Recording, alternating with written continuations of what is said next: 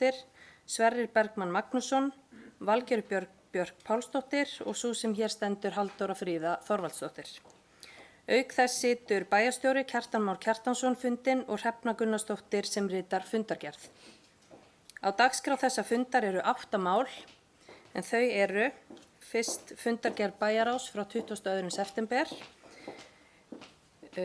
svo fundargerð lýðheilsuráðs frá 20. september síðastliðnum, þriðja mál er fundargerð velferðarráðs frá 21. september, fjórða mál fundargerð menningar- og atvinnuráðs frá 23. september, fimmta mál fundargerð barnaverndarnefndar frá 27. september, sjötta mál fundargerð íþrótta- og tómstundaráðs frá 27. september, sjöunda mál fundargerð stjórnar Reykjaneshafnar frá 29. september og áttunda mál langtíma bílastæði í Reykjanesbæ. Þá göngum við til dagskrár og tökum fyrst fyrir fyrsta mál sem er fundargerð bæjarráðs frá 22. september síðastliðnum, orðið er laust.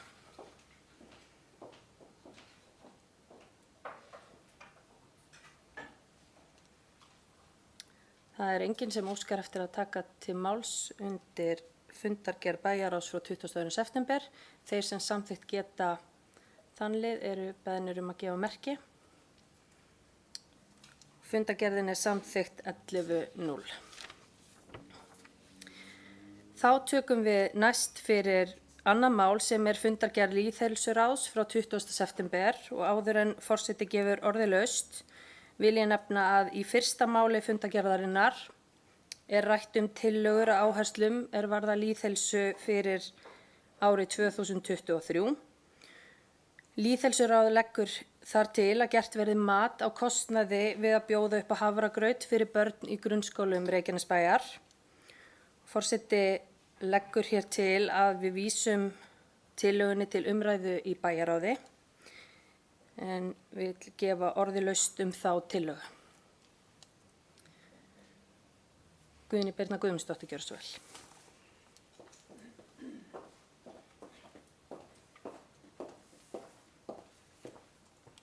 Virðulegi forseti, kæru bæjarfulltrúar. Já, ég kem hérna undir fundargerð lýðheilsuráðs frá 20. september síðastliðnum og vil bara fagna þessari bókun ráðsins að gert verið kostnaðarmat á hafragraut fyrir börn í grunnskólum þegar þau hefja skólan. Við vorum með þetta árum áður, ég man ekki alveg hvaða ár það var, 2015 ef ég man rétt. Þannig að það er alveg sjálfsagt að skoða kostnaðarliðin á þessu fyrir fjárhagsáætlanagerð næsta árs. Mér langar aðeins að koma hérna líka undir lið 3, kynning á niðurstöðum skýrslu Krabbameinsfélagsins og fengum hérna góða kynningu við bæjarstjórn og auk þess að þau fóru inn í lýðheilsuráð að kynna skýrslu Krabbameinsfélagsins ásamt fulltrúum frá Verkís nýgengi krabbamein á Suðurnesjum. Þetta var margt forvitnilegt. Þess að fari meðal annars yfir nýgengi krabbameina út frá umhverfisáhrifum og þá var sérstaklega horft út frá viðveru varnarliðsins hér árum áður. En svo kom í ljós að flest þetta ætti við lífstílstengda sjúkdóma að ræða. Þannig að það verður mjög áhugavert að rýna í þessa skýrslu nánar og fara yfir hvernig við getum unnið út frá þessum þáttum, hvernig við getum eflt forvarnir og heilbrigði okkar íbúa. Þannig að ég fagna þessari skýrslu og vil þakka Krabbameinsfélaginu og Verkís fyrir og þetta er bara verkefni okkar framundan að fara betur yfir þetta mál. Takk.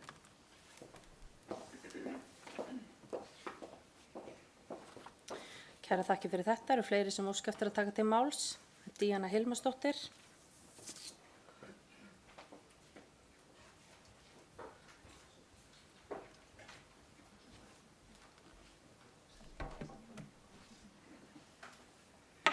Forseti, bæjarstjóri, gestir. Ég kem hér upp undir lið 1 en Ásdís Ragnar lýðheilsufulltrúi fór yfir árið 2022 og þema ársins í ár er heilbrigt mataræði og með undir þemunum svefn og hreyfing þar sem áhersla er lögð á aðgerðir sem miða að heilbrigðu mataræði, svefni og hreyfingu og er í samræmi við heimsmarkmið Sameinuðu þjóðanna og þá sérstaklega markmið 3 að stuðla að betri heilsu og vellíðan. Aðgerðaráætlun lýðheilsustefnu nær út árið 2023 og er áætlunin lifandi og meðal annars ákveðið þema með tilliti til niðurstaðna lýðheilsuvísa embættis landlæknis. Lýðheilsuvísa fyrir Suðurnes snúa iðulega að því sama. Við sofum ekki nóg, við borðum ekki nógu hollt, við hreyfum okkur ekki nóg, drekkum mikið af gos og orkudrykkjum og reykjum og drekkum mikið.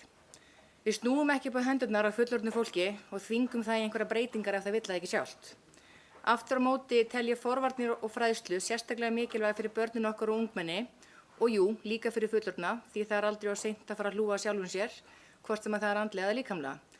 Mér langar líka að nota tækifærið og segja frá því að Björgin, geðræktarmiðstöð Suðurnesja, fékk styrk frá Lýðheilsusjóði í ár og að bjóða upp á opna hádegisfyrirlestra fyrir alla sem hafa áhuga á 50 dögum í hádeginu fram á jólum. Fyrirlestrarnir eru í Framsóknarsalnum á Hafnargötu 62 og þar ýmis fræðsla á boðstólnum, til dæmis varðandi svefn, mataræði, núvitund, hugleiðslu, slökun, streitustjórnun, tilfinningavanda og margt fleira áhugavert. Fyrirlestarnir eru auglýstir meðal annars á Facebook-síðu Bjargarinnar, síðu Reykjanesbæjar og síðunni visitreykjanes.is.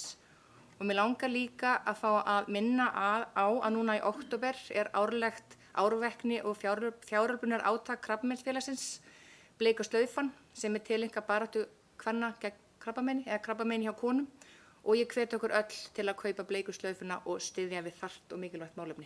Takk. Takk fyrir þetta. Margrét Þóranesdóttir, gjörðu svo vel.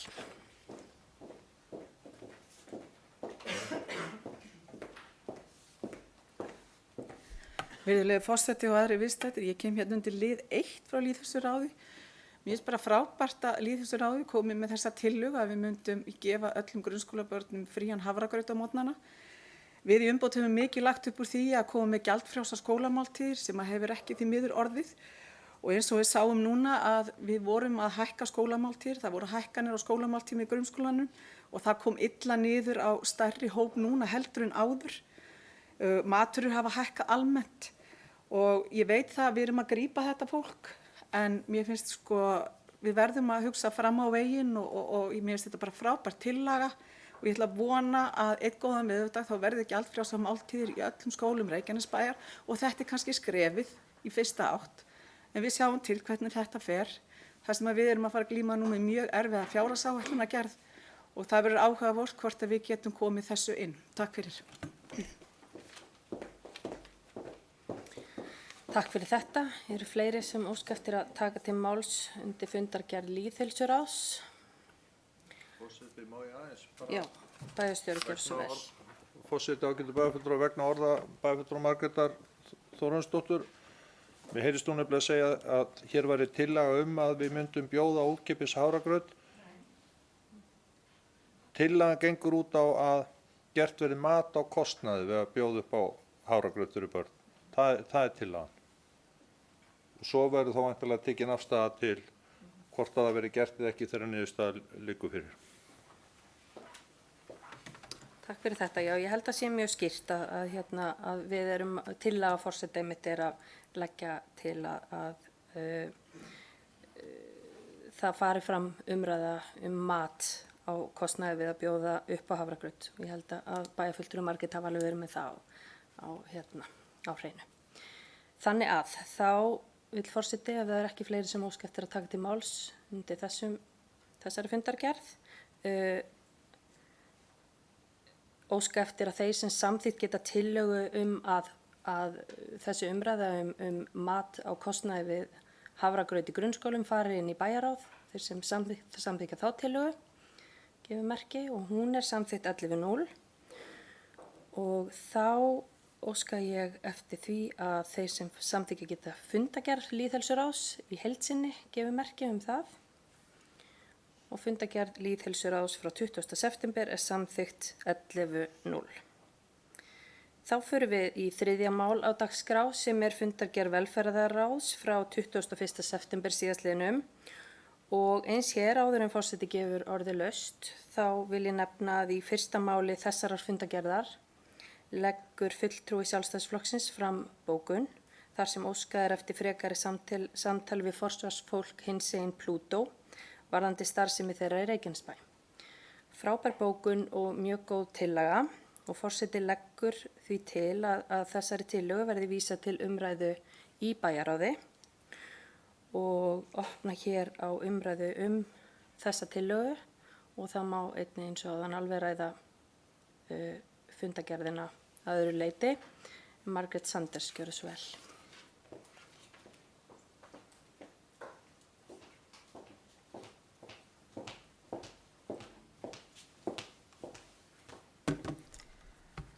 Forseti, bæjarfulltrúar, góðu gestir. Það virkilega gaman og áhugavert að vinna að bæjarmálum þegar að mikil samstaða og við viljum öll gera vel. Við erum hér öll bæjarfulltrúar að reyna að gera okkar besta og ætlum að gera okkar besta og vonandi vinnum við sem mest saman að því. En auðvitað ágreiningur ákveðið málefni. En það vill svo vel til að í velferðarráði, eða síðasta fundi velferðarráðs sem að formaðurinn mitt situr núna bæjarstundafund og tekur væntanlega undir, að þá var mikil samstaða með bókun D-listans og ég ekki að koma hérna endilega bara af því að þetta sjálfstæðisflokkurinn heldur frekar að lýsa og bara þakka fyrir þá miklu samstöðu og hversu vel tekið var undir tillögu Eyjólfs. Þetta skipti samfélagið miklu máli og þetta málefni miklu máli. Og þetta sérstakt mál sem að ýtti við okkur öllum og mér langar að lesa upp með leyfi forseta bókunina sem að Eyjólfur lagði fram, Eyjólfur Gíslason lagði fram. En hún hljóðar þannig: Mér langar sérstaklega að vekja athygli á veljan íbúa og krafti fjölbreytileikans sem talar jafnframt vel við menntastefnu Reykjanesbæjar 2021-2030 með opnum hug og gleði í hjarta.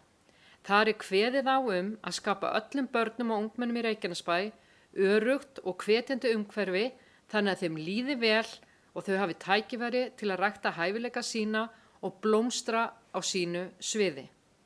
Með þessum orðum langar mig sérstaklega til að opna umræðuna innan stjórnsýslunar málefni hinsegin ungmenna í Reykjanesbæ.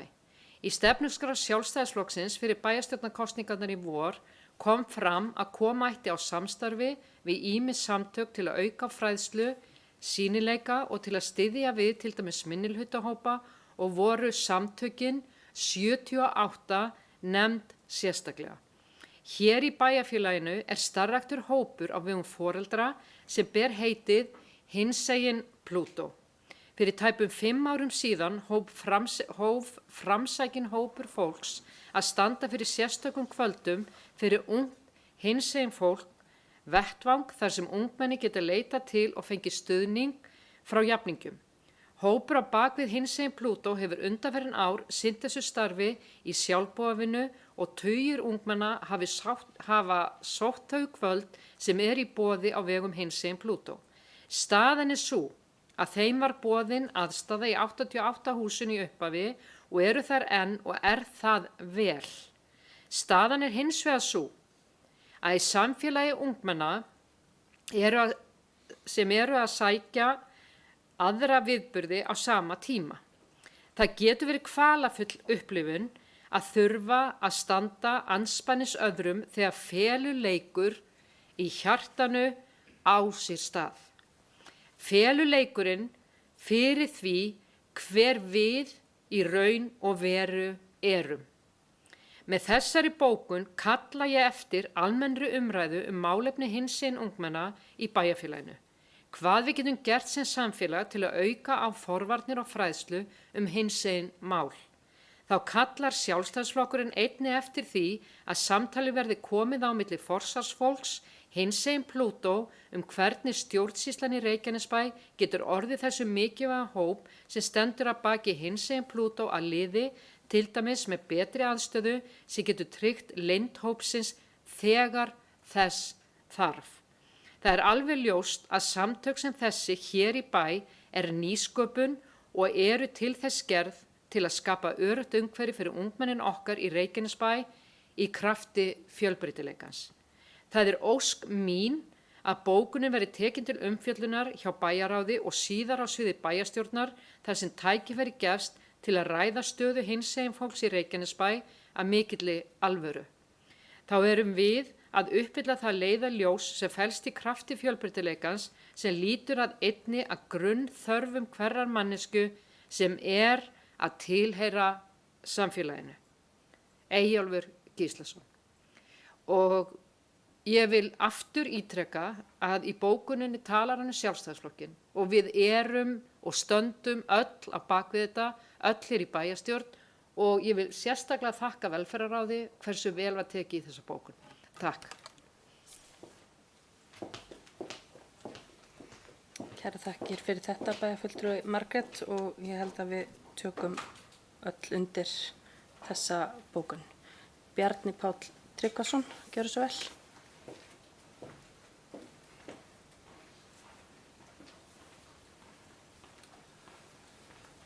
Forseti bæjarstjórnar, bæjarfulltrúar, aðrir gestir. Ég vil taka undir þau orð sem að koma fram í bókuninni og fagna því hversu skilmerkileg og skýr hún að mörgu leyti ásamt því að vera svona vekja athygli á þessum málaflokkum eða málaflokki eins og Margrét fór hérna yfir þegar hún las upp bókunina. Og ég hef svona þær væntingar til þess að málið muni fá nokkuð svona skjóta afgreiðslu til þess að mæta svona grunninum. Sérstaklega talað þarna ákveðna hluti sem snerta aðstöðu, sem ég held að sé nokkuð einfalt að mæta og bæjarráð muni geta fundið skjótar lausnir svona á þeim þætti. Og eins síðan þetta almenna samtal sem að kallað eftir varandi þarfir og svona þá þætti sem að hægt að gera til að styðja vel við þennan hóp. Og það á ekki síður við held ég marga aðra hópa sem hérna í samfélaginu því að eins og hefur aðeins verið rætt á þessum fundi að það er ekki endalausar hirslur að sækja gagnvart fé eða öðru þvílíku hérna í bænum endilega en þarna held ég að við eigum fullt af leiðum og lausnum sem að er ekki þess eðlis að þær þurfa að kosta stór fé eða vera þannig að menn setja upp einhverjar hindranir í þeim efnum. Þannig að tek undir þessi orð sem koma fram í þessari bókun og hvet bæjarráð til að afgreiða þetta fljótt og örugglega. Takk. Kæra þakkir. Sigurrós Antónsdóttir, gjörðu svo vel.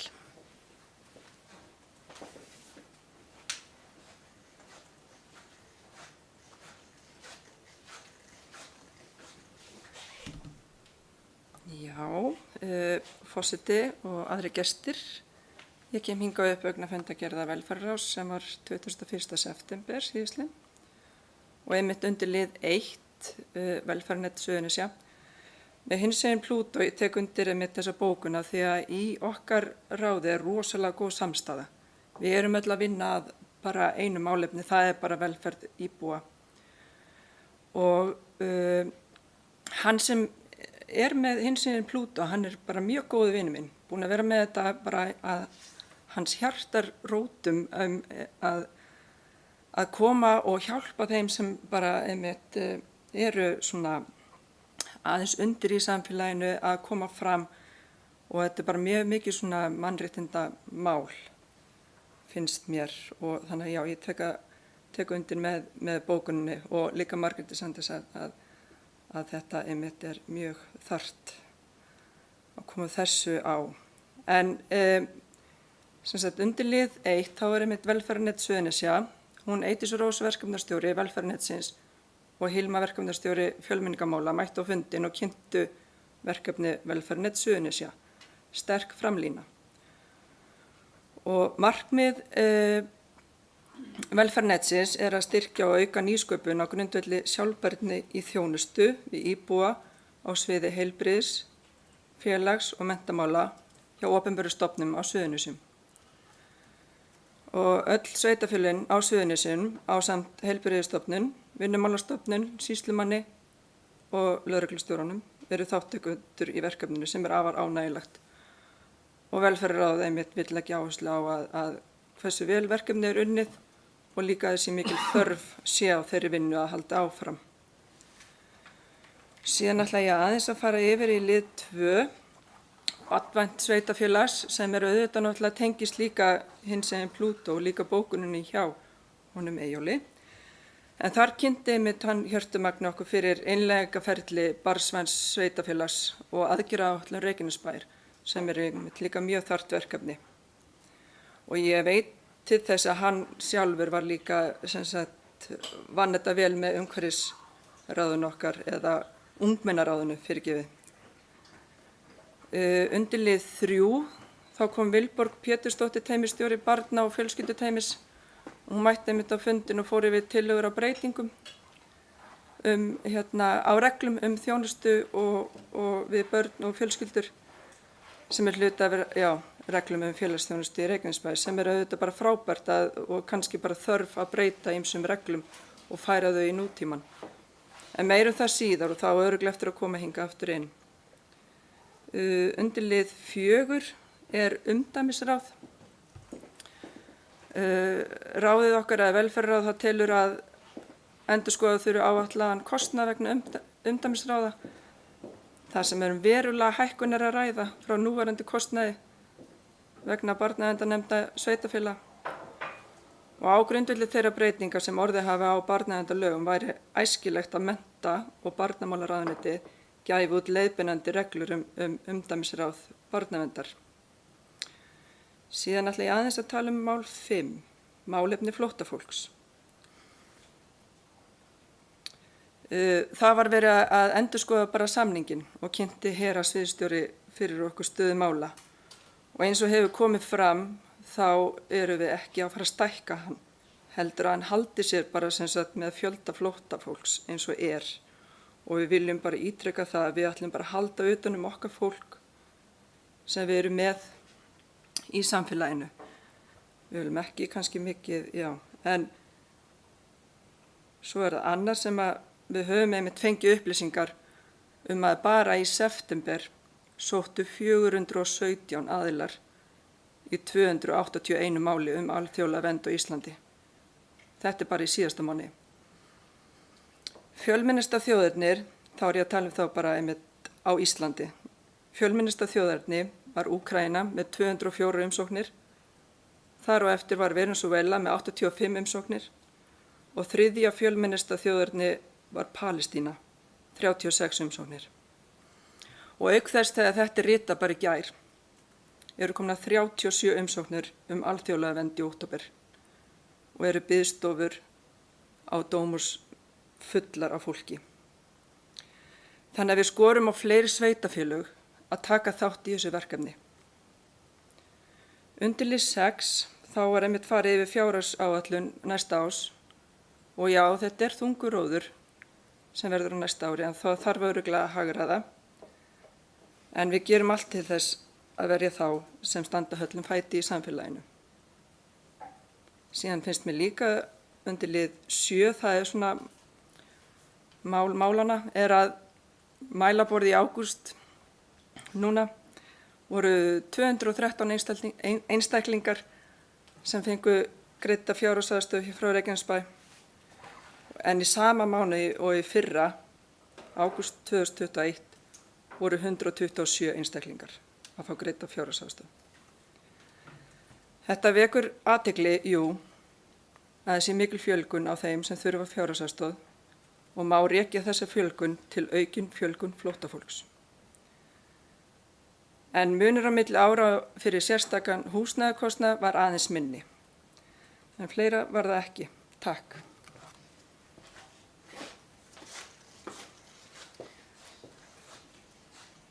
Takk fyrir þetta, Díana Hilmarsdóttir, gjörðu svo vel.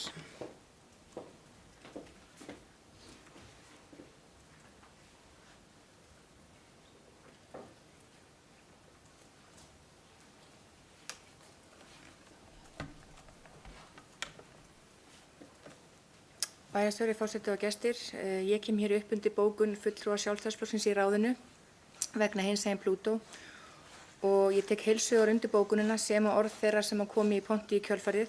Við búum svo vel að því hér í Reykjanesbæ að eiga húsnæði sem ekki eru nýtt seinnipartinn og á kvöldin sem að ég tel að gæti nýst fyrir hinsegin Plútó.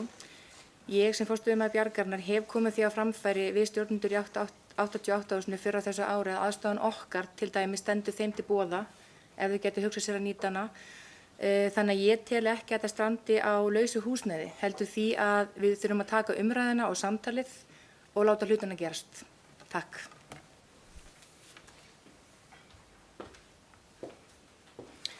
Takk fyrir þetta. Forseti vill nota tækifæri og taka undir orð bæjarfulltrúa Sigurósar sem einnig formaður velferðarráðs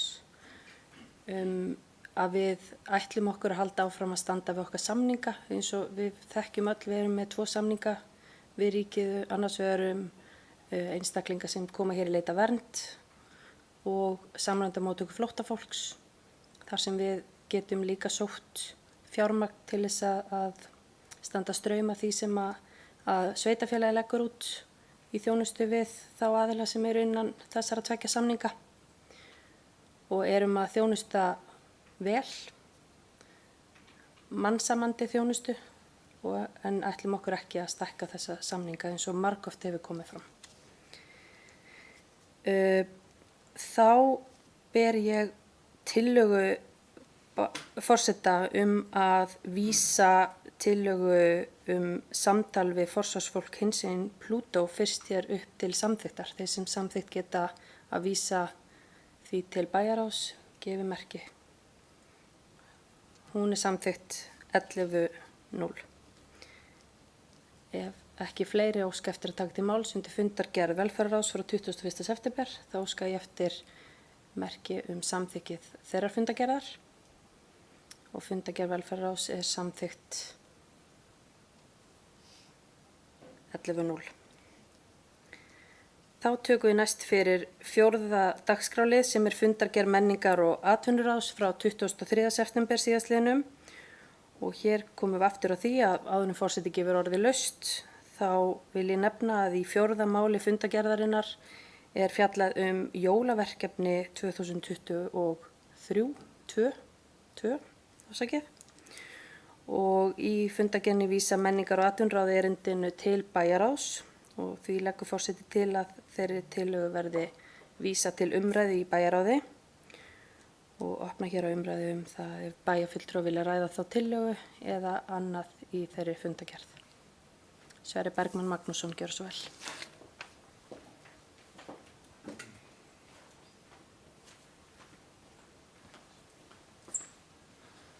Forseti, bæjarfulltrúar, bæjarstjóri og aðrir áheyrendur. Þetta bara að fá að fara svona stuttlega yfir þennan 37. fund menningar- og atvinnuráðs sem var 23. september síðastliðinn og en í fyrsta lið þá var það framtíðarsýn bókasafnsins en þar var það forstöðumaður bókasafns Reykjanesbæjar sem mætti á fundinn og kynnti ráðið fyrir framtíðarsýn bókasafnsins og svo fórum með okkur stuttan túr bókasafnið. En forstöðumaður telur að húsakynni bókasafnsins séu löngu sprungin og kallar eftir aðgerðum í þeim málum og í framhaldi af því þá lagði ráðið fram eftirfarandi bókun að menningar- og atvinnuráð þakkar greinargóða kynningu og hvetur til að skipaði verið starfshópur til endurskoðunar á húsnæði menningarstofnana og starfsemi þeirra til að tryggja að framtíðarstefnur í menningarmálum verði að veruleika. Forstöðumanni Súlunar falið að vinna að málinu. Svo var það annar liður en þá var það verkefnastjóri Barðsvæns sveitarfélag sem mætti á fundinn eins og greinilega hjá öðrum ráðum sem mjög vel að koma þessu ferli af stað en hann kynnti einmitt innleiðingarferli Barðsvæns sveitarfélag, aðgerðaráætlun Reykjanesbæjar og réttindafræðslu fyrir kjörna fulltrúa og starfsfólk sveitarfélag á vegum UNICEF Akademíunnar. En það einmitt rafrænn fræðsluvettvangur UNICEF á Íslandi. Og það því ágætist tækifæri hér að hvetja bæjarfulltrúa til að fara að kíkja á þetta magnaða námskeið en við höfum að skoða það á þessum rafræna fræðsluvettvangi. Svo nefndi hann það að stöðugildi verkefnastjóra verður lagt niður áramótin og hvatti til þess að ráðin verði verkefnastjóri í 30–40% stöðu til að sinna þessu verkefni áfram. Nú svo var það þriðji liður, þá var það menningarstefna Reykjanesbæjar og það var menningarfulltrúi Reykjanesbæjar sem fór yfir menningarstefnuna með ráðinu og hvetja alla til að kynna sér hana. Og svo það liður 4, jólaverkefni, en menningarfulltrúi Reykjanesbæjar fór yfir stöðuna á jólaverkefninu, en hún þannig að 3 milljónir eru á fjárhagsliklinum sem heldur utan jól, áramót og 13. gleði. Nú ýmsir reikningar vegna aðventugarsins og skautasvetsins frá því í fyrra bárust í ár eftir að fyrra fjárhagsári var lokað, en þeir reikningar hljóðu upp á 2,8 milljónir alls og sitja því 200.000 krónur eftir á liklinum. Það því ljóst að það verður ekki hægt að halda neina jóladagskrá nema til auka fjárveitinga komi. Og hveti því bæjarfulltrúa til að skoða vel skýrsluna sem fylgdi undir þessum lið og bregðast fljótt við jólin eru jú rétt handa við hornið og við viljum gera þau almennilega, en eins og forseti sagði áðan, þá verður þetta vonandi tekið fyrir vel í bæjarráði. Nú svo ætla ég að hoppa hérna yfir á lið 8, en það var áhersluverkefni Súlunar 2023, en það var ítarlegt 41 blaðsíðna skjal með einum ýmsu áhersluverkefnum Súlunar 2023 sem var lagt fram og það er að finna góðar tölulegar upplýsingar í bland við þau fjölbreyttu verkefni sem eru á borði Súlunar og hvet ég alla áhuga sama til að kíkja á það skjal. Og svo er það 10. liður menningarverðlaun Reykjanesbæjar, en þá var það ráðið sem felur menningarfulltrúa að auglýsa eftir tillögum að verðum handhafa menningarverðlauna Reykjanesbæjar 2022 og hvet ég alla sem heima sitja til að einmitt tilnefna einhvern og því sem hér inni eða það er einhver sem vilja tilnefna. Svo er það liður 11, en það er byggðarmerki Reykjanesbæjar. Samningur var lagður fram til samþykktar við fyrirtæki Famil, þar sem samkomulag er um að þau fá að nota byggðarmerki bæjarins á söluvarning þeirra og forstöðumanni Súlunar er falið að ljúka málinu. Þetta er nú aðalega verið að tala um ykkur á bolla og mögulega ykkur á bólið eitthvað, ég man ekki alveg hvernig það var. Svo er það 12. og síðasti liður, en þá er það samanburður byggðasafna. Og það helsta sem kom fram í samanburði byggðasafna er það að rekstrarframlagið sem að byggðasafn Reykjanesbæjar fær er á bilinu 10 til 26 milljónum lægra en hjá samanburðasöfnum. Þegar ársreikningar safnanna eru skoðaðir er áberandi að húsnæðiskostnaður byggðasafns Reykjanesbæjar er ríflega 5-faldur því sem gerist í 3 af samanburðasöfnum, en árið 2021 var hann tæplega 29 milljónir í samanburði við 4,5 til 5,6 milljónir annar staðar. Byggðasafn Hafnarfjarðar hefur að vísu sambærilegan húsnæðiskostnað og byggðasafn Reykjanesbæjar, en rekstrarframlag Hafnarfjarðarbæjar er að sama skapi 26 milljónum hærra. Þannig að staðan er slæm og í raun ekki til peningur fyrir sjálfur rekstrinum. Brugðið hefur á það ráð að taka fjármagn sem vantar upp á af öðrum lyklum, en það er ekki eitthvað sem að gengur til framtíðar. Og ef Reykjanesbær vill halda úti í sínu byggðasafni, þá er áætlað að það þurfi auka rekstrarframlag allavega 5 milljónir. Ég þakka góða áhuga.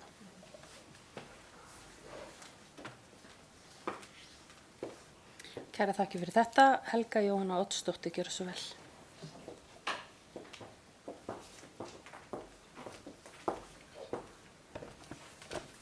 Forseti, ágætu bæjarfulltrúar, ég kem hérna upp undir fundargerð menningar og atvinnuráðs og vil gjarnan ítreka ummæli mín frá fyrsta fundi á þessu kjörtímabili það að ég sakna enn og aftur umræðu atvinnumál.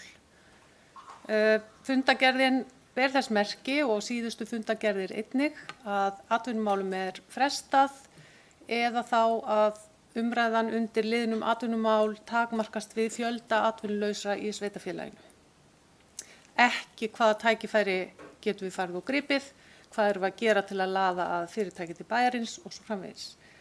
Nú er ég hérna með kynningu sem var lögð fyrir fundinn á verkefnum eða hlutverki og markmiði Súlunar og með leyfi forseta langar mig til að lesa aðeins hérna hlutverk og markmið. Markmið Súlunar verkefnastofu er að hafa forystu þróun vinnubragða þegar kemur að aðferðafræði verkefnastjórnunar, auka viðskipta og atvinnumöguleika bæjarins, leggja áherslu á þau tækifæri sem finna má í ferðamálum, skapa jákvæða markaðssetningu og veita auðvelt aðgengi að upplýsingum bæjarins.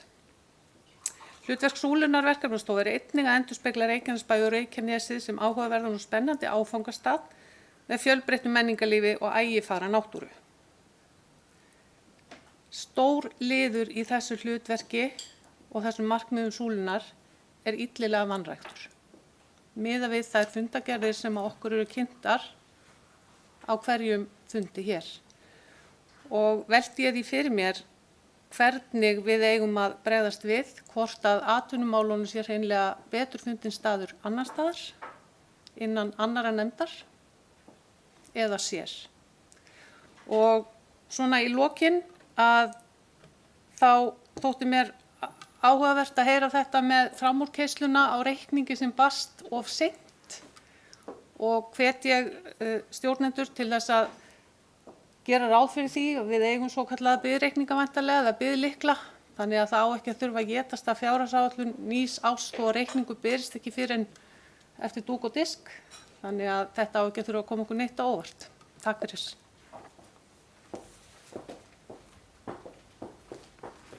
Takk fyrir þetta. Eru fleiri sem óska eftir að taka til máls? Margrét Þórarinsdóttir, gjörðu svo vel.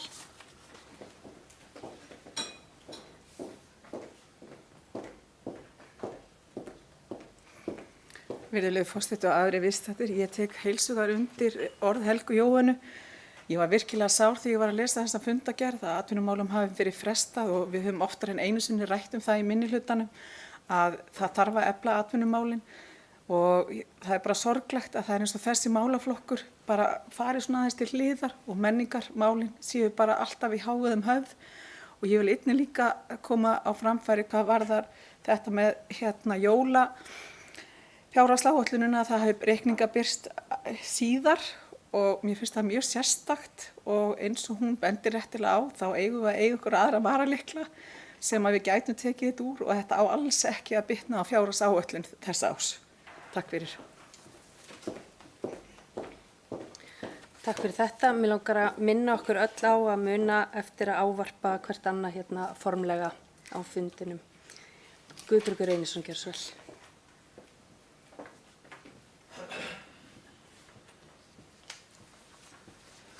Forseti, bæjarfulltrúar, gestir. Ég tek undir orð Helgu með þessi atvinnumál. Við erum búin að vera að skoða fundargerðir og ekki það að við séum á móti menningu, alls ekki. En til þess að fá menningu þá þarf við þetta að hafa atvinnu og við erum að ræða hér í velferðar undir fundargerð velferðarráðs að það séu verið að aukast sá málaflokkur og við erum með óhefmikið af flóttamönnum og þetta kostar allt fullt af peningum og hvaðan eiga peningarnir að koma. Við erum að fara að taka íþróttamálin á eftir og þar vilja allir fá meiri peninga, hvaðan eiga að koma. Þannig að kannski ættu að vera liður inn í öllum ráðum atvinnumál. Af því að atvinnumálin skarast svolítið inn á öll sviðin. Við höfum svolítið verið með atvinnumálin, þau voru inn í höfninni. Núna eru þau inn í menningarráðinu. Ég veit ekki, mér finnst það ekki passa þar. Ég myndi vilja fá þau sem sérráð eða að þau væru svolítið að skarast allstaðar. Og ég ætla að vona að meirihlutinn taki það til svona umhugsunar og líka kannski inn í menningarráðinu að þessu sé gerð meiri skil. Alveg eins og Helga segir að þarna á að vera að ræða ferðamennina og ferðabransan en maður hefur ekki séð það í fundargerðunum. Þannig að endilega reynum að koma þessu betur að þannig að jafnvel komið fram hugmyndir hvernig á að auka í kassa bæjarsjóðs svo að bæjarstjórinn geti farið að eyða peningum. Takk.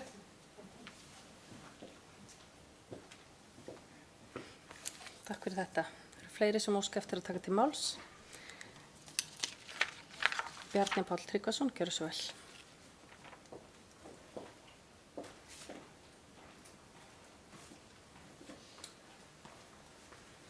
Forseti bæjarstjórnar og bæjarfulltrúar, mér langar bara að nefna það svo allar að sanngirni sé gætt að þá var málinu sem snýra atvinnuumræðinni frestað á síðasta fundi vegna veikinda. En það er þó ekki blöðum það að fletta að það held ég ágætist tækifæri til að gefa þessum málaflokki aðeins meiri vikt inn í því sem við erum að gera. Við sjáum það af stefnunni sem rituð hjá Súlunni að það gríðarlegt umfang og náttúrulega mikið af starfsfólki sem kemur að því að sinna menningarmálum sem skipta okkur gríðarlega miklu máli. Við finnum það öll þegar við erum að rækta samfélagið okkar á viðburðum bara eins og ljósanótt og þess áttar að þetta skilar okkur gríðarlega miklu inn í samfélagið. Og þættir eins og jólaþorpið að sjálfsögðu sem svona nýlunda sem að festa sig svolítið í sessi við þurfum að hlúa vel að þessum hlutum. Og ég held að mér langar allavega sem bæjarfulltrúa í bæ að láta svolítið reyna á það að láta þessar nefndir sem eru skipaðar til að sinna ákveðnum hlutverkum fungera í takti við þeirra hlutverk eins og var rætt aðeins áðan á fundinum. Áður við stökkum til og snúum endilega hlutum á hvolf því að það er mjög skýrt hvert markmiðið Það eru ákveðið capacity sem eru sett í ákveðin mál sem snúa að mismunandi málaflokkum og það bara svolítið þá á ábyrgð bæjarstjórnar að veita þessum málefnum þann stuðning sem þau þurfa til þess að þau geti vaxið og dafnað. ekki nokkuð spurning. Og það eru hérna ýmis atriði sem að ég tel að við höfum tækifæri sem samfélag hérna í Reykjanesbæ til þess að gera betur í þeim efnum, en við megum heldur ekki gleyma því sem að vel er gert á sama tíma. Mér langar einnig að nefna hérna undir lið fundagerðarinnar, taka undir það sem að hérna bæjarfulltrúi Sverrir nefndi áðan með barnvænt sveitarfélag, fyrst að það kemur þarna fram líka í annarri fundagerð, að bæjarfulltrúar séu hérna vakandi fyrir því að uppfylla sína skyldur sem snýra því að ljúka þeirri nauðsynlegu fræðslu sem þarf að eiga sér stað, og eins nefna það í ljósi þess sem kom fram áðan með starfshlutfall og annað, að það stendur að sjálfsögðu ekki til að hætta með verkefnið eða leggja það á hilluna, þó svo að sé ekki dedikeraður sérstakur starfsmaður í það hérna, eins og sakir standa núna í áætlunargerð. Takk fyrir.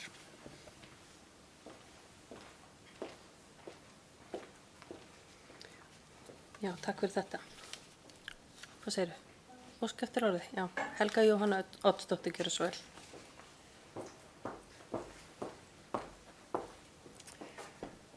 Forseti, kæru bæjarfulltrúar, ég hafði mitt heyrt af þessum bara til að svara bæjarfulltrúa Bjarna að að umræðu hefði verið að ræða veikindi. Það sem vakti hins vegar athygli mína var það að forstöðumaður Súlunnar var á fundinum, þannig að önnur málefni virtust ná fram að ganga og vera rædd og ekki missa sín á fundinum. Þannig að ég ítreka bara þessa áherslu mína að við skautum ekki fram hjá atvinnumálum. Takk.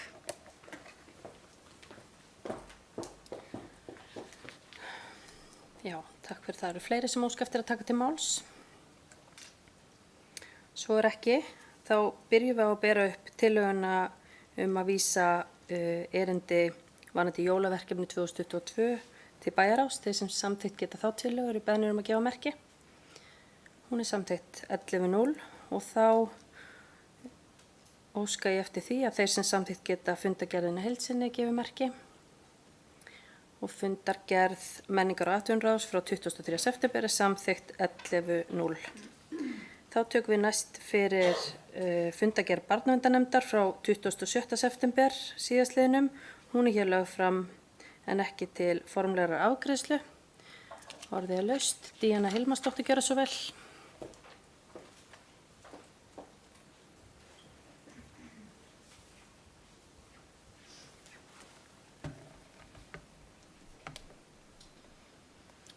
Bæjarstjóri, forseti og gestir, ég kem hér upp undir 7. máli sem er umdæmisráð barnaverndar.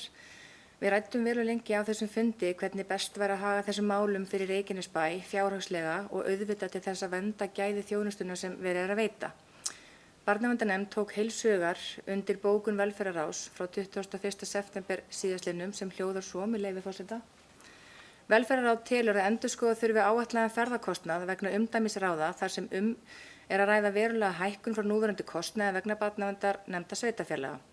Á grundvelli þeirra breytinga sem hafa orðið á barnaverndarlögum væri æskilegt að mennta- og barnamálaráðuneytið gæfi út leiðbeinandi reglur umdæmis frá barnaverndar. Við í nefndinni bókuðum einnig að nauðsynlegt væri að meta forsendur ráðstöfunar sérstaklega með tilliti til vinnuframlags og umfangs mála. Við höfum áhyggjur af því að aukinn kostnaður vegna umdæmisráða geti haft áhrif á meðferð mála. Okkur finnst skorta verulega upp á leiðbeiningar, til dæmis varðandi kjör, málsmeðferðarreglur og fleira. Suðurnesin eru í dag í samtali við Kragann, en svo umræði hefur einnig átt sér stað hvort að Suðurnesin skipi ekki eitt umdæmisráð. Sá samningur sem að landsbyggðin hefur gert og þar með sett ákveðið fordæmi er að okkar mati ekki ásættanlegur og mjög dýr fyrir sveitarfélögin.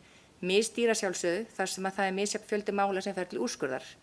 Við sjáum það til að mynda í okkar sveitarfélagi munun á málum á milli ára. Og svona til upplýsinga þá fór fyrir barnaverndarnefnd árið 2019 10 mál, 7 árið 2020 og 22 mál árið 2021. Ég náði ekki að afla mér upplýsinga fjölda mála þar sem af er þessu ári. Takk.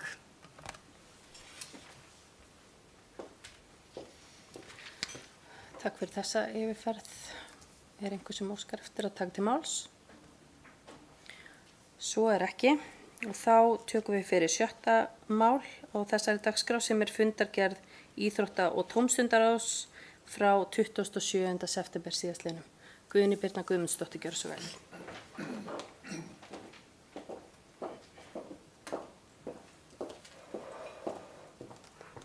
Virðulegi forseti, kæru bæjarfulltrúar, bæjarstjóri, gestir. Já, ég vil koma inn undir fundargerð íþrótta- og tómstundasviðs frá 27. september síðastliðnum undir lið 1 og þar kom inn erindi og kynning frá rafíþróttadeild Keflavíkur sem ber heiti Rafík og þeir fylgdu úr hlaði erindi deildarinnar og kynna þá mikilvægu starfsemi sem deildin stendur fyrir. Og íþrótta- og tómstundaráð samþykkti erindi sem innan fjárheimilda ráðsins en erindi sneri að því að skipta staðsetningu.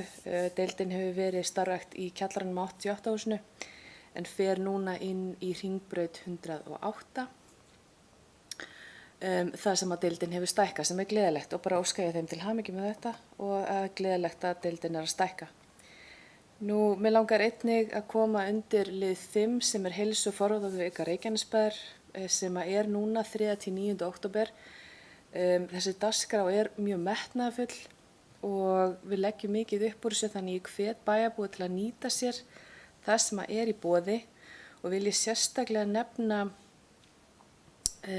heilsufarsmælingar sem verða á bókasafni Reykjanesbæjar og langar mig að koma bara undir það hvað ég ánægð að þetta sé tekið sérstaklega fyrir en þá sem sagt Brunavarnir Suðurnes sem munu vera í bókasafninu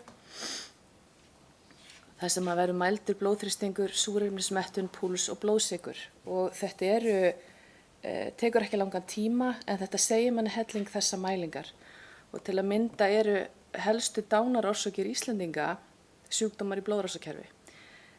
Það meðal annars hækkaður blóðþrýstingur þannig að það hægt að koma í veg fyrir ótímabær dauðsföll með því að láta mæla sig og við alveg samkvæmt lýðheilsuvísum ekki að sinna okkur nógu vel.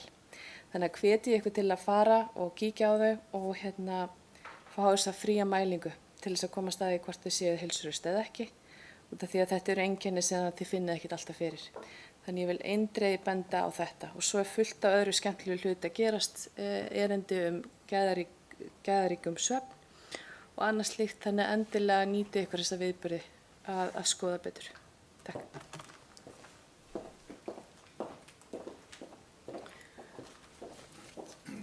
Eru fleiri sem óska eftir að taka til máls?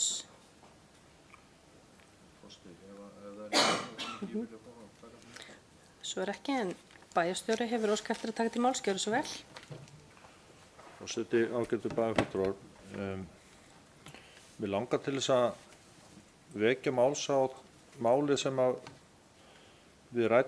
ég vakti máls á í vor þegar var verið að skipa í nefndir og ráð sveitarfélagsins að það gæti verið vanhæfi í einhverjum tilfellum að ræða í þessu tiltekna ráði, íþrótta- og tómstundaráði.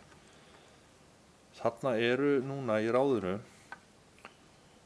ég ætla ekki að nefna neina upp, en þarna fjölmargir ráðsmenn sem annarkvort í stjórnum eða leikmenn í meistaraflokki eða eitthvað í einu af stóru félögunum okkar og að fjalla málefni, fjárhagsleg málefni og tækjakost sem að snúa því félagi. Og allavega eins og ég skil stjórnsýslulögin, þið kannski getið leiðrétt það eða viti betur, að þá eiga þeir að lýsa sig vanhæfa þegar þeir eru að fjalla stór mál sem snúa beint að þessu tiltekna félagi. En ég get ekki séð að það sé gert hér og velti fyrir mér bara hvort að við eigum að vera að setja fólk í þessa stöðu. Þetta allt saman gott fólk sem hefur mikið vit á málum og málefnum íþróttahreyfingarinnar og íþróttafélagana en ég set spurningamerki við þetta og hefði talið að til dæmis í fjórðamáli sem að brýnt, ég ekki að gera lítið úr því, að þarna leggur ráðið mikla áherslu á að hægt sé að verða við beiðni knattspyrnudeild ÖMFN og Keflavíkur. Mér langar bara svona að vekja athygli á þessu og kannski fá umræðu það hér.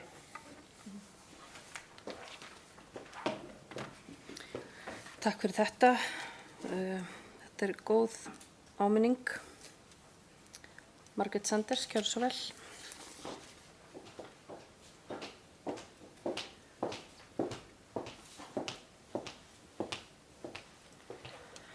Forseti, bæjarfulltrúar, góði gestir. Ég hef heyrt þetta sem að bæjarstjóri var að nefna og ég velti því líka fyrir mér hversu langt á þetta ná. Við teljum að það sé þannig að fólk sem að býr í sveitarfélaginu í ýmsum félagsstörfum, svo sem í skátum, í æskulýðsstarfsemi, í íþróttafélögum og svo framvegis. Og það eru leikmenn sem eru á launum, það eru aðilar sem eru að vinna fyrir íþróttahreyfinguna, en ég hugsa fjöldinn allur sem er í þessum félögum allur að vinna að sama markmið. Það er markmið sveitarfélagsins að vera öflugt sveitarfélag þar sem fólk vil búa. Og þar sem að ekki er endanlega afgreiðslu að ræða í ráðunum, svo sem í íþróttaráði. Íþróttaráð er ekki að samþykkja að kaupa sláttuvél fyrir knattspyrnudeildirnar eða nokkuð annað. Þá lýsi ég því yfir að ég er algjörlega ósammála bæjarstjóranum og það er nógu erfitt og mjög erfitt að fá fólk til að starfa í íþróttafélögum, í ýmsum hreyfingum, vinna þar bæði í sjálfboðavinnu, vera í stjórnum, bara sem dæmi af því að bæjarstjóri nefndi stjórnir, að ef að verið að horfa til að útiloka einhverja aðila, þá tel ég að það sé ekki gott.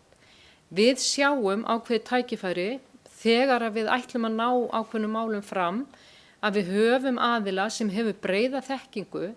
Við sjálfstæðismenn settum til dæmis íþróttastjóra inn í íþróttaráð sem er íþróttastjóri eins félags hér í bænum, en það er talað í öðru risastóru íþróttafélagi hér í bænum að það sé gríðarlega mikil samvinna, að þau eru að vinna saman íþróttarhreyfingin og þau eru alltaf að hugsa hlutina saman.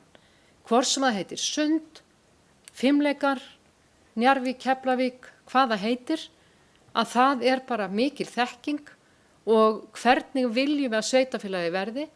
Og til dæmis eins og þetta er tímamóta beiðni, myndi ég halda, að Keflavík og Njarðvík fara að vinna saman. Þannig að ég held að við þurfum aðeins að gæta varan á og það er líka annað sem ég hef heyrt, sem kom ekki fram í ræðu bæjarstjórans, það er þegar starfsfólk Reykjanesbæjar er að ræða. Sumir hafa rætt að starfsmenn Reykjanesbæjar eigi bara ekki að vera í pólitík. Þá skulum við horfa á hvað eru margir að vinna hjá sveitarfélaginu Reykjanesbæjar. Eru við þá að segja að enginn sem vinni hjá Reykjanesbæ eigi að fara í pólitíkina? Þetta er auðvitað og við heyrum þessa gagnrýni að fólk er vanhæft og allt það. Þetta er á mjög gráu svæði og við allavega stjórnmálaflokkarnir hér, ef að hort er á bara fundargerðina og þá sem er í nefndum, að þá eru við að horfa svolítið til þess að við erum saman að byggja öflugt samfélag. Og þess vegna eru við kannski að horfa til þessa mála. Og ég fagna því þegar bæjarfulltrúi eins og Sverrir Bergmann að kannski ef hann fer að skemmta á mikið í Reykjanesbæ að hann verður vanhæfur, en ég kannski að snúa út úr. Ég veit það. En ég vil allavega lýsa því yfir að ég er gríðarlega ánægð með að við fengum íþróttastjóra til þess að vera sem fulltrúi okkar og telja sveitarfélaginu öllu og fyrir alla stjórnmálaflokka til heilla. Takk. Já. Takk fyrir. Bæjarstjóri, gjörðu svo vel. Forseti ágætu bæjarfulltrúar, já, þetta var nú mikil og löng ræða hæfisreglur, en það er nú bara einfaldlega þannig að bæjarstarfsmenn sem eru í bæjarstjórn, sem er alltaf, eða mjög oft einhverjir, bæði hjá okkur og annar staðar, þeir fylgja vanhæfis eða hæfisreglum og þeim er óheimilt að taka þátt í afgreiðslu mála sem að lúta beint að þeirra starfi eða starfsviði eða starfsvettvangi. Ef við yfirfærum þær reglur yfir á íþróttahreyfinguna í þessu tilfelli, að þá tel ég að því að þarna, og ég nefndi það að þarna eru lykilfólk úr öðru stóra félaginu okkar, að fjalla það félag og taka ákvarðanir það félag. Mér finnst það skrítið, það má vel vera að ég sé einhvern veginn ekki að skilja þetta rétt, en mér finnst það skrítið ef að þau væri að fjalla mál einhvers annars íþróttafélags en þess sem þau starfa beint hjá eða eru lykilfólk í hreyfingunni innan, að þá myndi ég ekki vera að velta þessu upp að gera athugasemdir við það, en þau eru að tala sitt eigi félag, þau eru kannski aðalstjórn síns eigins félags og eru að leggja til að hitt og þetta. Mér finnst það bara skrítið. En eins og ég segi, við höfum alveg leyfi til að hafa sikur og skoðun á því, en bara svo það sé alveg á hreinu, það er fullt af starfsfólki í Reykjanesbæ, eða eitthvað af starfsfólki í Reykjanesbæ sem að bæði hér í bæjarstjórn einhverjir og svo í nefndum og ráðum, og þeim er alveg kristaltært í þeirra huga hvenær þau eiga að lýsa sig vanhæfi og hvenær ekki. Takk fyrir þetta, bæjarstjóri. Ég held að þetta sé bara, eins og ég sagði áðan, bara góð brýning. Við erum vakandi og pössum okkur að vera fagleg, vöndum vinnubrögð og það leggjum við út líka í fólki okkar sem að starfa fyrir okkur í nefndum og ráðum. En Margrét Sandís gjör svo vel.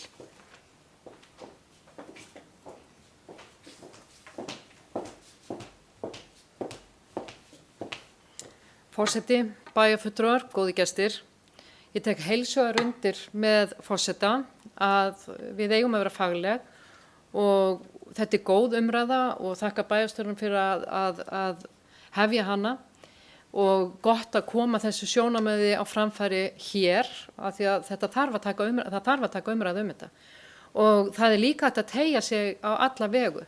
Svo sem að bæjarfulltrúi Díana er að starfa hjá Björginni, en ég leita það þannig að það komu góðar upplýsingar til okkar þaðan og gerði enga athugasemdir það. Og það eru starfsmenn bæjarins sem eru að samþykkja fjárhagsáætlun, sem eru auðvitað tilheyrir öllum sviðum og ég hef ekki gert athugasemdir það. Þannig að, en það þarf auðvitað, og það verður bara óþægilegt fyrir okkur öll og fyrir okkar nefndafólk ef að það er einhver vafi á hæfi og ekki hæfi. Þannig að ég held þetta sé bara góð umræða og sjálfsagt að skoða reglurnar þráttur að ég hafi verið að svara bæjarstjóra á þennan hátt, þá auðvitað eigum við að skoða reglurnar, við viljum vera fagleg og gerum það saman. Takk. Takk fyrir þetta. Eru fleiri sem óska eftir að taka til máls undir fundargerð íþrótta- og tómstundaráðs? Bjarni Páll Tryggvason, gjörðu svo vel.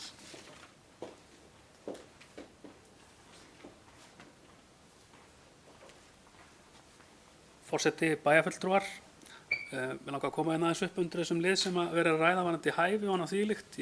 Varandi persónur og leikendur að þá er það nú bara eins og það er og ég hef ekki neina sérstakar skoðun á því, en ég held að við þurfum náttúrulega fyrst og fremst bara að standa með stjórnsýslulögunum og því sem að þau fela í sér og fá það bara hreint hvernig þessi mál eru. Ég velti fyrir mér hvort það sé rétt að fá viðandi álit og réttum stöðum varandi þessa hluti, bara fyrst og fremst og síðast til þess að varna því að við séum ekki að koma fólki sem við erum að skipa í nefndir í óþægilegar stöður. Eða það að við séum að gera eitthvað í stjórnsýslunni sem að skapar okkur eitthvað hluti sem að standast ekki skoðun. Ég held að við þurfum bara fyrst og fremst og síðast að vera mjög örugg á því í okkar störfum. Takk fyrir.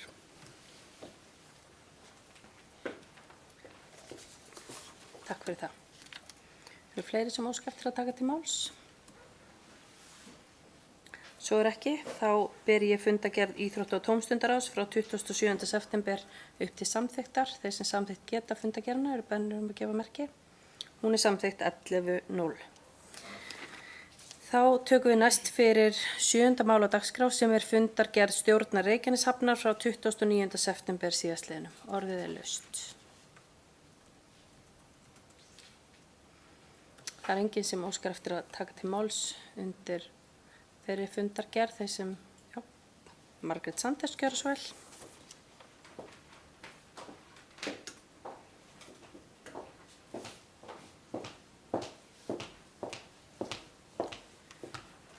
Forseti, bæjarfulltrúar, góði gestir, mér er ljúft og skylt að standa hér upp sem bæjarstjórnarfulltrúi því að það hefur verið rætt mikið í höfninni að það sé lítill áhugi hjá okkur á hafnamálunum. Það er alls ekki.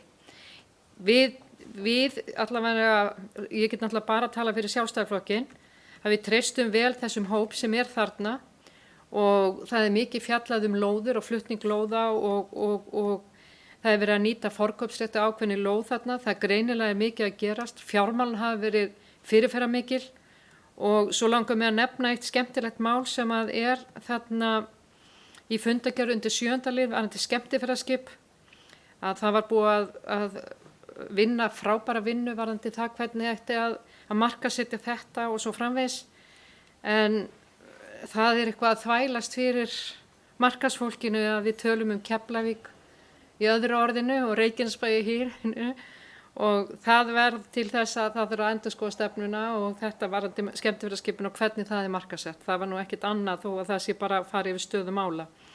En í heildina þá þarna vil ég lýsa því yfir að við erum með öfluga hafnarstjórn og það er mikið að gerast og ég held jafnvel að við gætum tekið meira upp atvinnumál, almenn atvinnumál inni í höfnina því að þetta tengist mjög mikið bara aðstæðan sem að er í sveitarfélaginu. Við erum með frábærar hafnir, stórar og smáar, þannig að ég vil bara lýsa því yfir að mér finnst líka atvinnumáli mega vera þarna. Ég veit að þetta var fært á sínum tíma og hét að mér minnir hafnar og atvinnumálastjórn eða nefnd, en allavega þá bara þakka ég stjórnhafnana og hafnastjóra fyrir greinagóða fundagerðir og öflug málefni sem við verið að taka fyrir. Takk. Takk fyrir þetta. Eru fleiri sem óska eftir að taka til máls? Guðný Birna Guðmundsdóttir, gjörðu svo vel.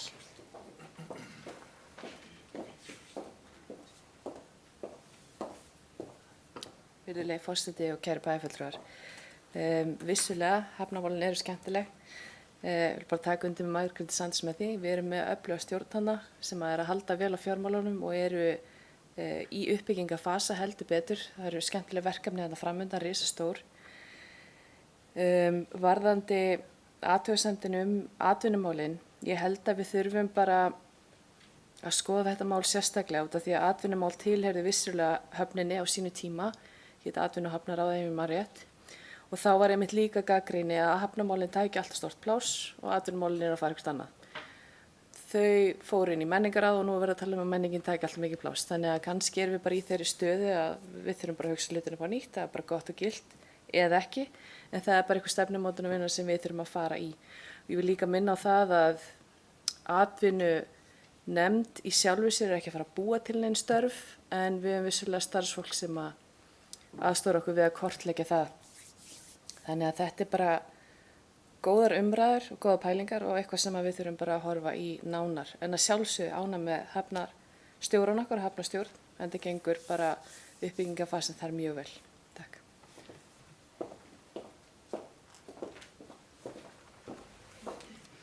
Eru fleiri sem óska eftir að taka til máls? Svo er ekki. Þeir sem samþykkt geta fundargerð stjórnar Reykjaneshafnar frá 29. september eru beðnir að gefa merki og hún er samþykkt 11:0.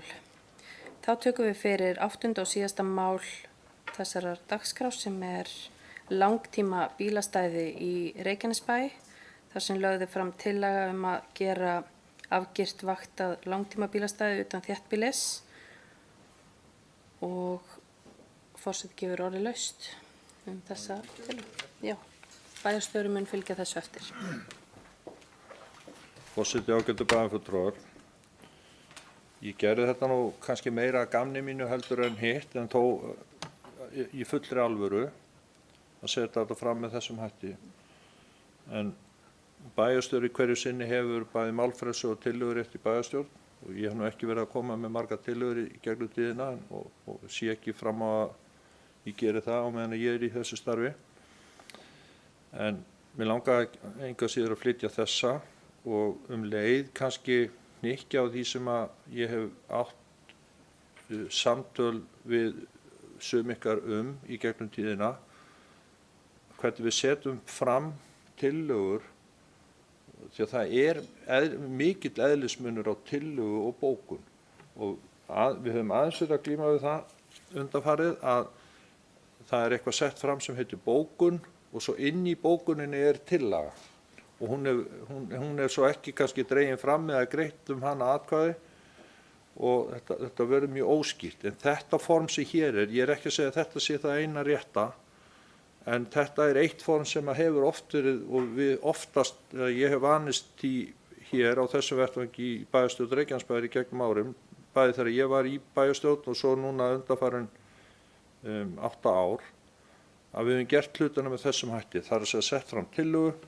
sem verður svo borin undir atkvæði vonandi hér á eftir og svo einhver greinargerð með. Og ef að forseti gerir ekki athugasemdir við það, ætla ég að fá að lesa hana bara upp. En tillagan hljóðar svo: undirritað leggur til að bæjarstjórn Reykjanesbæjar feli skipulagsfulltrúa í samráði við umhverfis- og skipulagsráð að kanna hvort og þá hvar megi útbúa eitt eða fleiri svæði fyrir langtíma bílastæði í Reykjanesbæ eða næsta nágrenni hans. Og svo fylgir þessu greinargerð til frekar útskýringar. Keflavíkurflugvöll fara nær allir ferðamenn sem koma til landsins.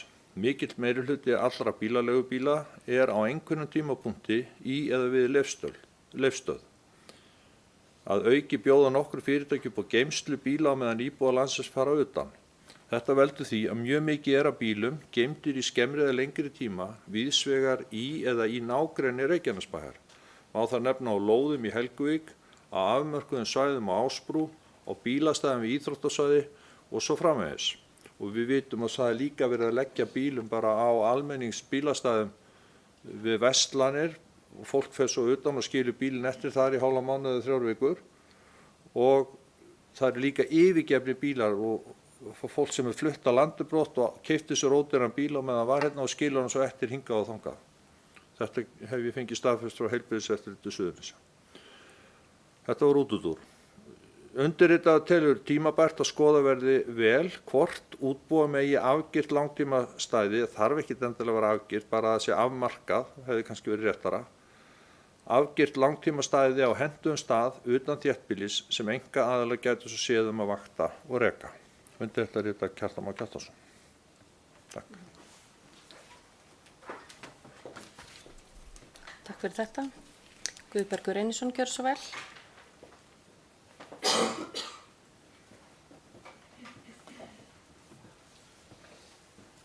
Forseti, bæjarfulltrúar, bæjarstjóri, frábær tillaga og þetta er til dæmis tillaga sem væri hægt að ræða í atvinnuráði.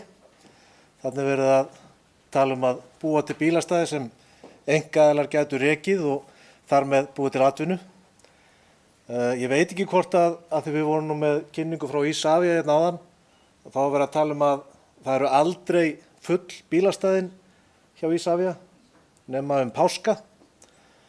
Og kannski er einhver önnur ástæða fyrir því að fólk leggur ekki á langtíma bílastæðanum upp í Isavia.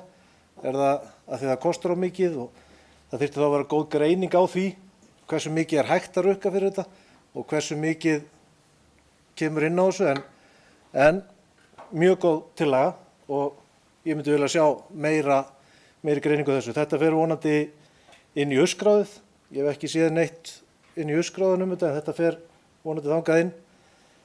Og varðandi tillögur og bókanir að tekið aðeins til mín af því ég er náttúrulega komið hérna með bókun þjóðarleikvang fyrir ekki löngu síðan og ég hélt að þetta væri ógeðslega spennandi verkefni og allir myndu fagna því og bæjarstjórinn myndi hlaupin í KSÍ og bjóða þeim lóð en svo var ekki. Þannig að takk fyrir kennsluna. Og ég er svona að hugsa hvort ég á ekki bara að hringja sjálfur inn í KSÍ en við ræðum þetta kannski á öðrum vettvangi. Takk. Takk fyrir þetta og það er kannski rétt að minnast á það að í þessari tillögu þar kemur einmitt fram að er að ræða að fela skipulagsfulltrúa í samráði við umhverfis- og skipulagsráð að kanna þennan möguleika þannig að svo myndi það væntanlega að koma aftur til okkar. Helga Jóhanna Oddsdóttir, gjörðu svo vel.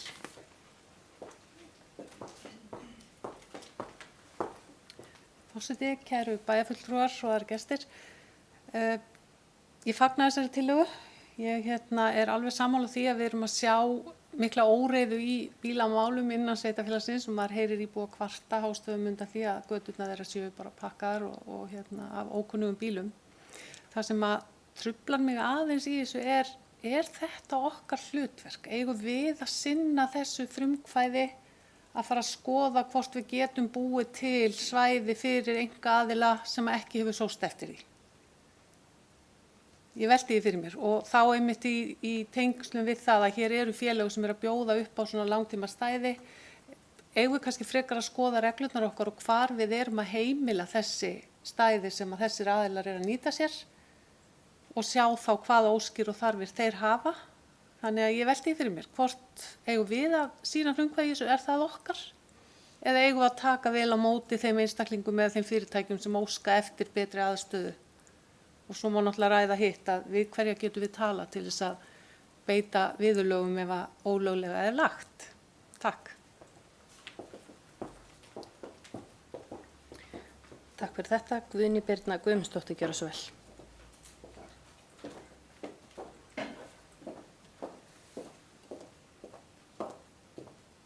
Virðulegi forseti, ágætu bæjarfulltrúar. Þetta er bara fín tillaga frá bæjarstjórunum og leggja til að við munum skoða þetta nánar. Þetta bæjarfélag okkar ásamt bæjarfélagum á Suðurnesjum sem ákveðin höfn fyrir bílleigubíla og aðra bíla og við erum í rosalegum vexti varðandi íbúa.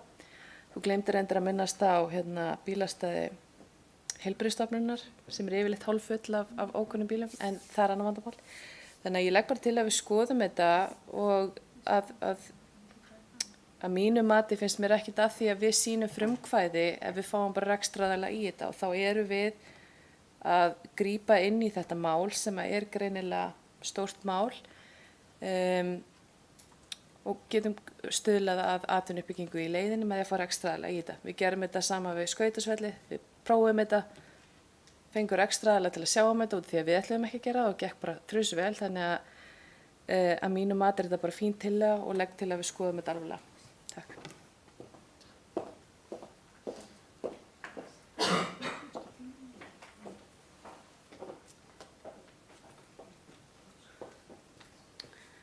Takk fyrir þetta. Bjarni Páll Tryggvason, gjörðu svo vel.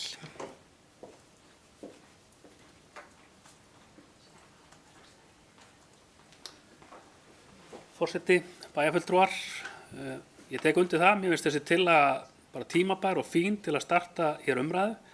Ég hef ekki svona, eins og bæjarfulltrúi Helga kom inn á, svona of miklar áhyggjur að því að Reykjanesbær eigi ekki að vera í þessu hlutverki að vera ákveðin enabler eins og ef það mætti sletta á þann máta hér úr ræðustól. En að sjálfsögðu þarf að reka þessa þjónustu á öðrum forsendum heldur en á forsendum bæjarfélagsins. Því það er eins og kemur fram ákveðin aðalega sem hafa verið að bjóða upp á svona þjónustu en það hafa líka komið fram í þeim svona í fréttaflutningi í tengslu við á þjónustu að menn eru í svolítnu aðstöðuleysi og þetta er kannski fyrst og fremst það að vera með svæðið skipulagt og starta þessar umræðu og sjá hvernig þetta er og ég hefði gjarnan hreinlega viljað sjá tillöguna að ganga lengra og við förum að taka það ykkur alvöru að stofna bílastæðasjóð í þessum bæ til að takast á við þessi úrlausnarefni og þessi vandamál sem að skapast í tengslum við nálægan flugvöllinn sem þá búið að lýsa svolítið í ræðustól sem að felast í því að við erum kannski með skort óræðum í að takast á við einhvers konar stöðulega brot eða langtíma geymslu ökutækja hingað og þangað í hverfum bæjarins sem að við þurfum að ná ákveðin tök á og til þess að geta gert það þá þurfum við alltaf að hafa tól og verkfæri til þess og það getur aftur á móti síðan verið hlutur sem getur orðið tekjuskapandi fyrir bæinn til framtíðar og við erum algjörlega komin á þann stað í ekki bara stærð bæjarfélagsins sem slíku heldur líka þess fjölda sem svo að nýta sér innviðina og annað þvíumlíkt sko. Þannig að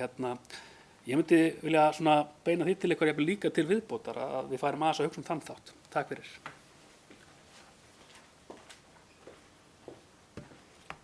Takk fyrir þetta. Eru fleiri sem óska eftir að taka til máls? Já.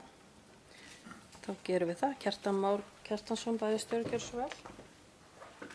Forseti, ágætu bæjarfulltrúar, já, ég nú þakka bara umræðuna, hún er góð og sammála Bjarna að það hefði nú mátt kannski ganga lengra í þessu en En ég er svo hófsamur maður að ég vildi bara fara hægt og rólega inn í málið og svo sjá hvort og þá hvernig það þróast á vettvangi umhverfis skipulagsráðs eða einhvers staðar annars staðar ef að þeir vísa að vilja fá aðkomu fleiri að málinu, þá er það bara hið besta mál. Það er tvennt í þessu sem að mér langar að svona örstutt með leyfi forseta að segja ykkur frá að hið fyrra er að víða í Reykjanesbæ er deiliskipulag með þeim hætti að fólk er í raunin ekki að leggja ólöglega þó að leggja hingað og þangað. Það er ekki bannað að leggja, taka sem dæmi Iðavelli og þar eru svæði þar sem er mikið af bílum hingað og þangað og það er ekki bannað að leggja en það er heldur ekki sérstaklega heimilt, skiljið. Þannig að við þurfum líka að fara vel yfir skipulagið hjá okkur og með þetta í huga og fara ofan í þessa reiti. Hitt sem ég langar að segja ykkur er að ég bý í fjölbýlishúsi eins og þið vitið, mörg hver allavega sem að þangað hafa komið og við höfum lent í því í mínu húsi að sjá fólk koma og leggja bíl í bílastæði fyrir þetta fjölbýlishúsið, taka út úr því töskur, horfum á leigubílinn koma og sækja þau og hann fer með þau upp á flugvöll og bílinn stendur svo í bílastæði fyrir utan húsi okkar í 3 vikur. Vetur, af því að eigendurnir voru líklega á Kanaríeyjum einhvers staðar. Og þegar ég búinn að átta mig á þessu, ég horfði sjálfur át út gluggann gerast, þá labbaði ég mér yfir á lögreglustöðu sem er ekki langt frá mér, þetta var nú einmitt helgi, sunnudegi, og ég fór að bara kynna mér málið og þá fyrsta spurningi sem kom frá lögreglunum var, er bannað að leggja þetta? Er einhver staðar þess að segir einkastæði einungis fyrir íbúa? Svarið var nei, það er ekki. Þá má bara hver sem leggja það. Þannig að það eru alls konar vinklar á þessu máli. Þannig að þegar við sjáum bíla hinga og þanga hér á bílastæðum við Netto eða Bónus eða eitthvað staðar, að þá er ekki endilega bannað að leggja það. Þeir mega alveg vera það. Kannski, ég veit það ekki. En allavega, ég vona að þessi tillaga fái góða umfjöllun einhver skipulagsráði og menn svona fylgi henni eftir og það kannski komi upp fleiri mál eða fleiri vinklar á þetta. En hvað sem því líður, þá er eins og bæjarfulltrúi Bjarni kom inn á hérna, þá er rosalega mikið af bílum mjög víða hjá okkur, óeðlilega mikið og sumir standa dögum, vikum og jafnvel mánuðum saman og það einhvern veginn finnst mér að við þurfum að hafa áhrif á einhverjum hætti. Takk.